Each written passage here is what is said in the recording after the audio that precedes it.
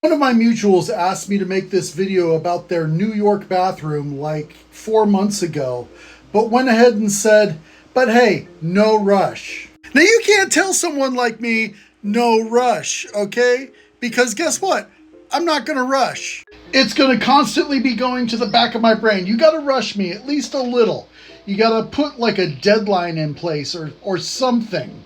So technically, this is kind of your fault, really. But the question was, how do you add a bidet to something like this? Because most bidet seats are something kind of like this, where they attach to a tank. But this is more of a commercial rear spud situation, so there's no tank to attach to.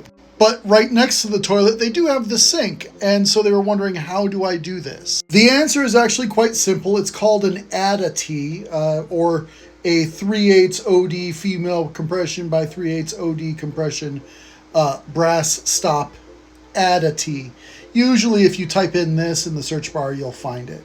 Because whether you're dealing with just a bidet fixture that fits underneath your seat, like the one I got off the TikTok shop, or a bidet seat, they will most likely come with this fixture designed to add on to your ball cock here, and with a 3/8 outlet that leads to the bidet fixture here. In your case, you will toss this ADA-T and instead use this and attach it right here. One important side note, any bidet seat that's like $100 or less is not going to have a heater. So if you want a heater, you need to make sure you have an electrical outlet somewhere to plug that sucker into.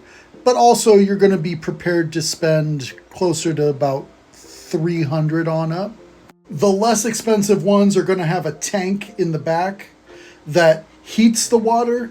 The more expensive ones are going to be slimmer, less bulky, but they will have like an inline heater that heats the water as it's going in.